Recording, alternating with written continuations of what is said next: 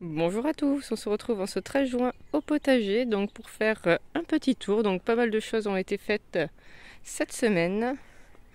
Donc ici on a le petit bac donc avec les physalis donc qui poussent vraiment bien. Donc on a beaucoup de soleil, on a un petit peu de pluie donc ça permet vraiment aux plantes de bien grandir. Donc on en a profité de la pluie de ce week-end pour bien pailler. Donc on n'a pas mis une énorme couche quand même. On a mis un petit peu donc juste assez pour garder, vous voyez, l'humidité. Donc là on a un sol qui est encore humide alors qu'à cette époque des fois on a déjà plus de pluie et tout est déjà sec. Donc là on va pas se plaindre, on n'a pas trop à arroser. Donc par contre on a un petit peu de vent donc j'attache bien au fur et à mesure de leur pousse mes petits plantes. Donc là on voit que les physalis sont vraiment bien pris. On a la petite aria qui profite du soleil pour venir désherber un petit peu. Heureusement qu'elle est là parce qu'on se fait envahir avec tout ce soleil et cette pluie. C'est vrai que tout pousse bien.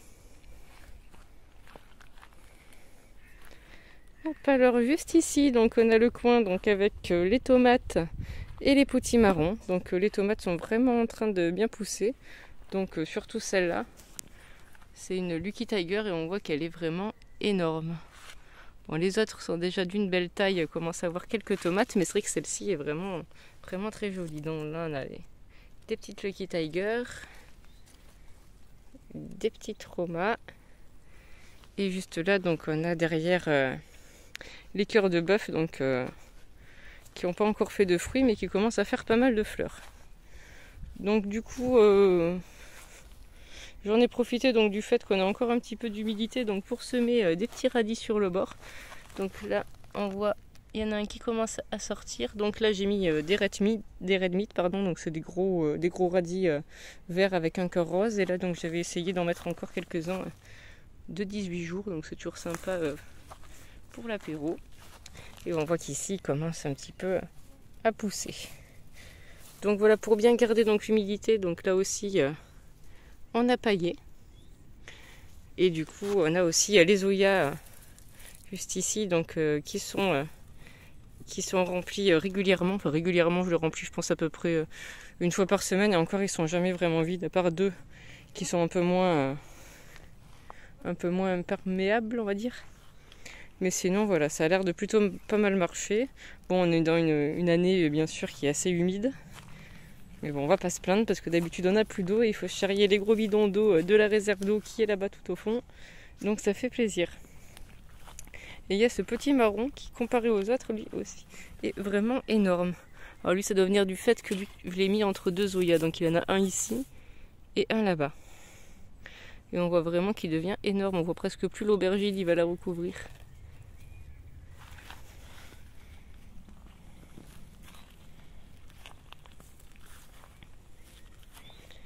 Hop, juste derrière, juste ici, donc on avait la culture, donc où il y avait les petits pois donc, qui ont été arrachés il y a quelques jours, donc j'ai tout ramassé. Donc sur les 3 lignes, on a eu à peu près 7 kilos, je crois, donc ce qui est pas mal. Juste ici, on a donc les pois chiches, donc j'ai un petit peu mieux tutorisé parce qu'avec la grosse pluie qu'on a eu ce week-end et le vent qu'il y a eu avec, ils ont commencé à s'effondrer un petit peu. Donc voilà, j'ai essayé de faire un petit quadrillage. Donc pareil que pour les petits pois, j'avais pas prévu qu'ils deviennent aussi grands, puisque c'était prévu qu'ils fassent à peu près 50 à 60 cm, il me semble, sur la boîte. Et là, ils font déjà 90 cm. En tout cas, les chats adorent se cacher au milieu des 2 lignes pour se mettre à l'ombre. C'est leur lieu préféré. Voilà, elle va me donner tort, donc elle va pas y aller. Là, c'est un petit peu trop ensoleillé. Donc là, on voit mieux. Donc on a la 2e ligne, donc qui était un petit peu plus petite. Enfin, même beaucoup plus petite, parce que du coup, je pense que les petits pois qui étaient ici, donc entre les 2 poteaux là, leur a fait un petit peu trop d'ombre. Donc là, je les ai enlevés. Et donc j'ai planté donc 3 courgettes qui me restaient. Donc c'est des courgettes de secours.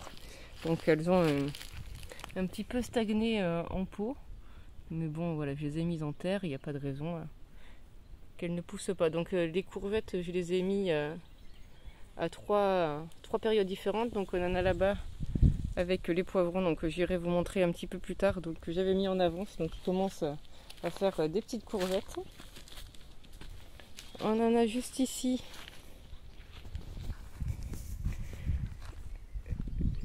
Donc ici une dans le bac avec une tomate et juste ici une donc dans un tas d'herbes de tonte et de compost de feuilles de chêne. Donc là voilà, c'était un petit peu une expérience mais ça a l'air de prendre. Et donc les troisièmes juste ici, donc c'est pour essayer d'échelonner. Donc par contre je les mets toujours au moins par 2 ou par 3 parce que c'est vrai que ce sont des plantes qui ont un petit peu de mal à se polliniser. Donc si vous ne voulez pas les polliniser manuellement, il vaut mieux en mettre plusieurs à côté.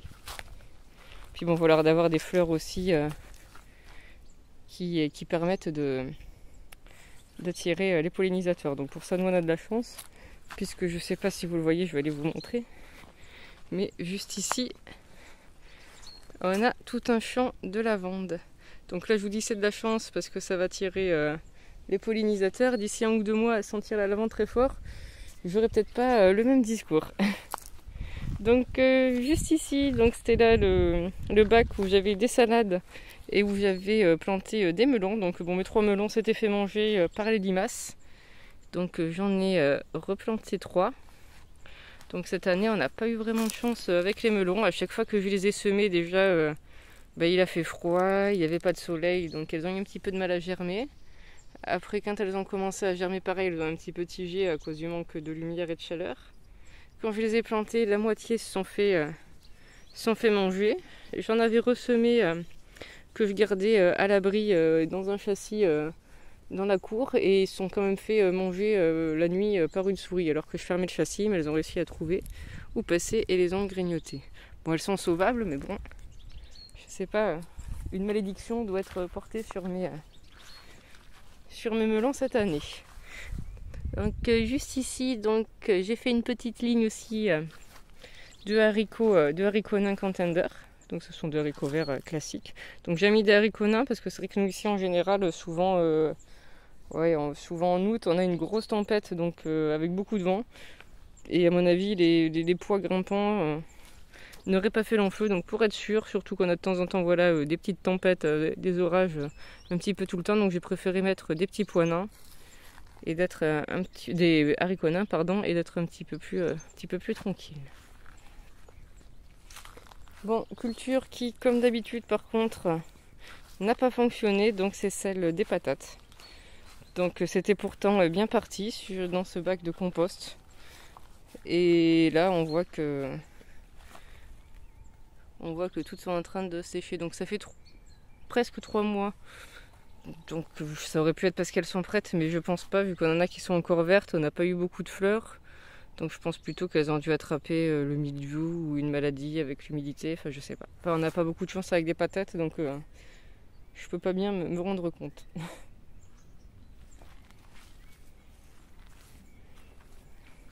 Ensuite on va aller... déjà on va aller faire une papouille à la petite Aria, parce qu'elle est trop mignonne.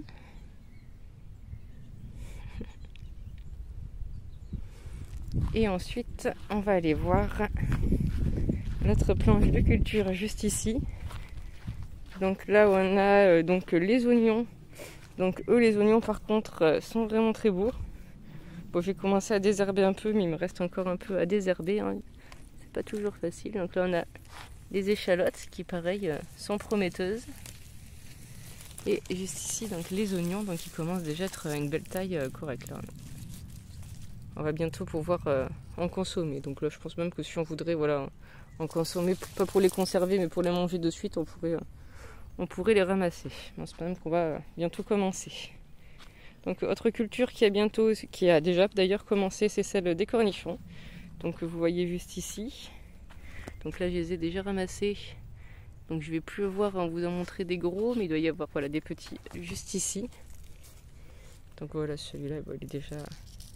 Peut-être que demain il sera ramassable, parce qu'il faut savoir que les cornichons, donc ça grossit vraiment très vite. Donc des fois vous le voyez comme ça le matin, vous vous dites c'est bon, puis le lendemain il est vraiment énorme.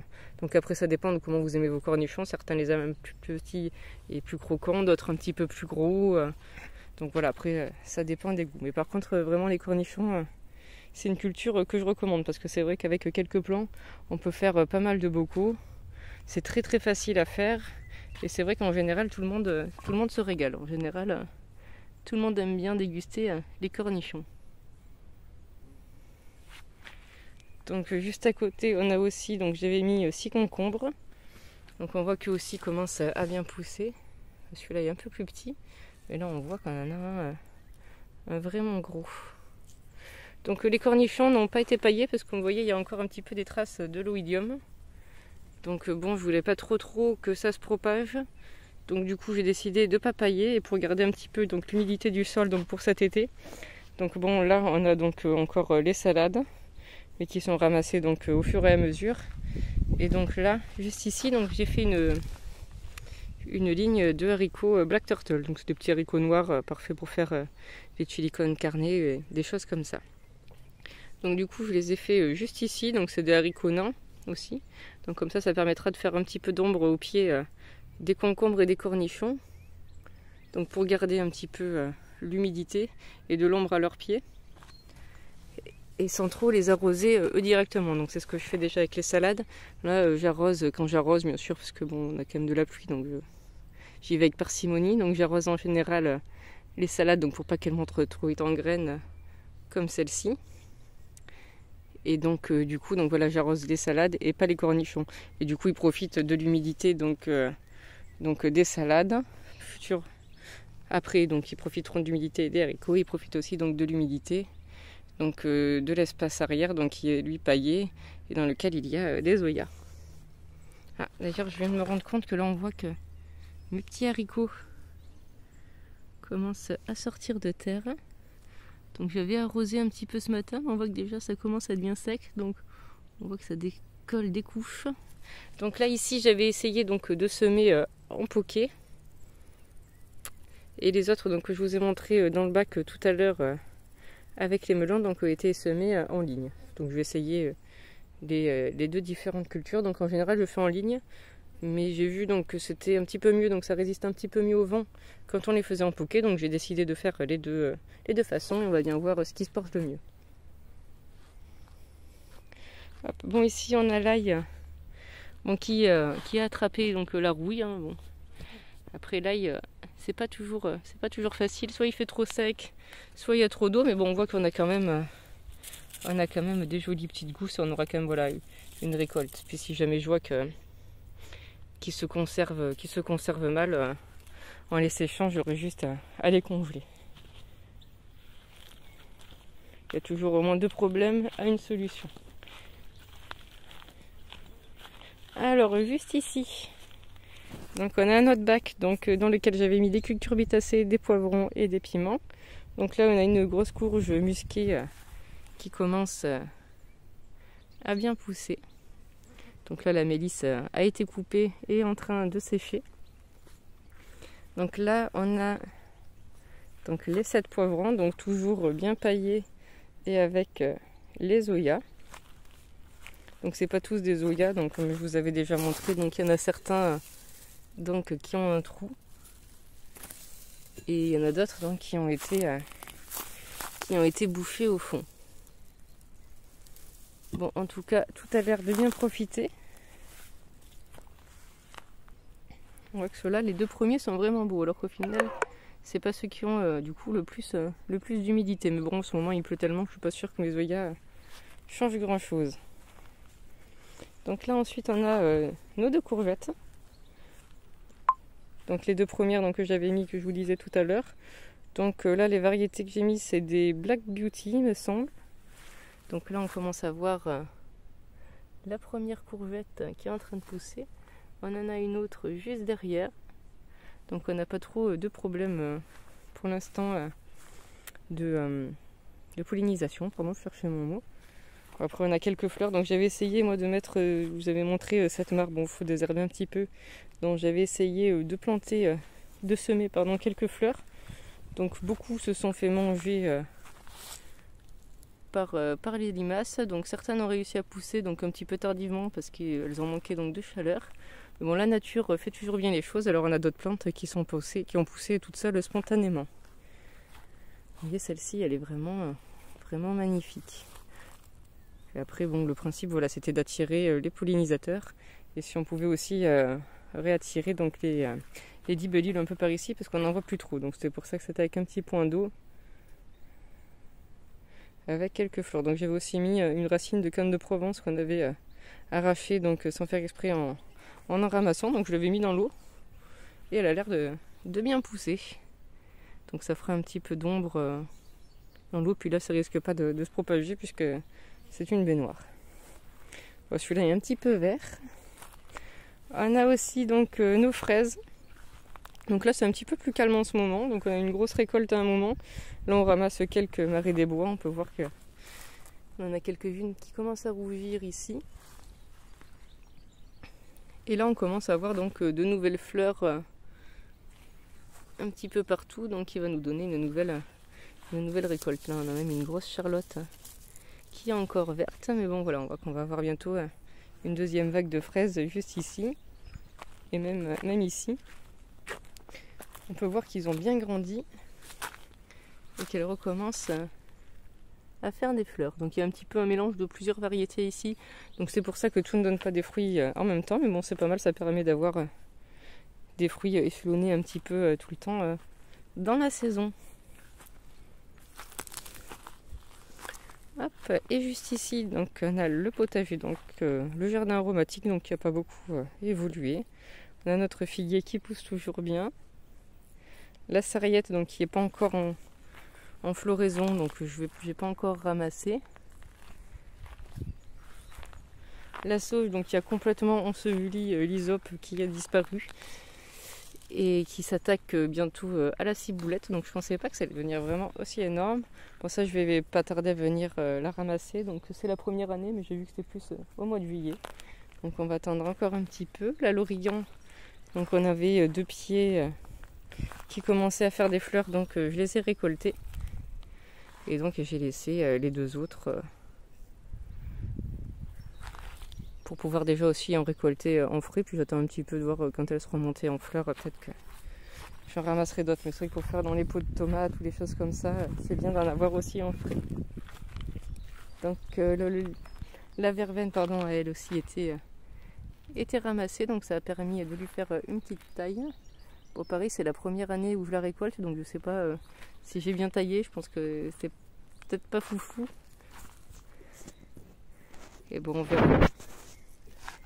Ensuite, juste ici, donc la marjolaine. Donc la marjolaine, elle était vraiment énorme, donc j'en ai ramassé pas mal, donc surtout avec les 2 touffes qui étaient là. Donc c'est vrai qu'en général, c'est une plante annuelle, mais ici elle est vivace. Là, ça fait quelques années que je la cultive et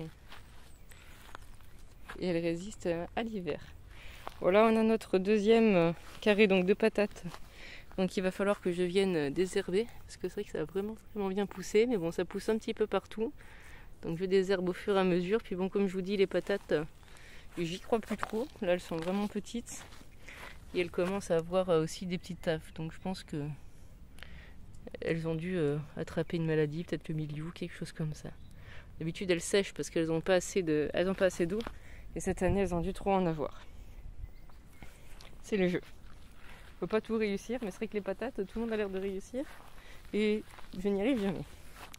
Et juste ici, donc on a aussi un petit test que j'avais fait. Donc il me restait quelques grains de maïs. Donc j'avais jamais trop réussi le maïs. Je pense qu'il faisait un petit peu trop chaud. Et puis j'en mettais pas assez. Donc apparemment le maïs, il faut en mettre beaucoup au même endroit pour bien qu'il se pollinise aussi. Donc là j'en ai mis 9. Donc avec les 2 melons. Donc ils étaient au milieu des engrais verts. Donc là on va voir. Donc là j'ai fait le petit test. Donc là cette semaine je vais venir de toute façon les nourrir. Je vais aller nettoyer mon poulailler. J'en profiterai pour faire un petit jus de caca de poule. Donc il va bien booster nos petites plantes. Ouf, on va se mettre un petit peu à l'ombre avec le bébé Aria. Donc je vous remercie encore d'avoir regardé cette vidéo. Donc n'hésitez pas à vous abonner donc, si vous voulez rien louper de l'évolution du potager. Donc je vous souhaite à tous un bon week-end et surtout prenez soin de vous.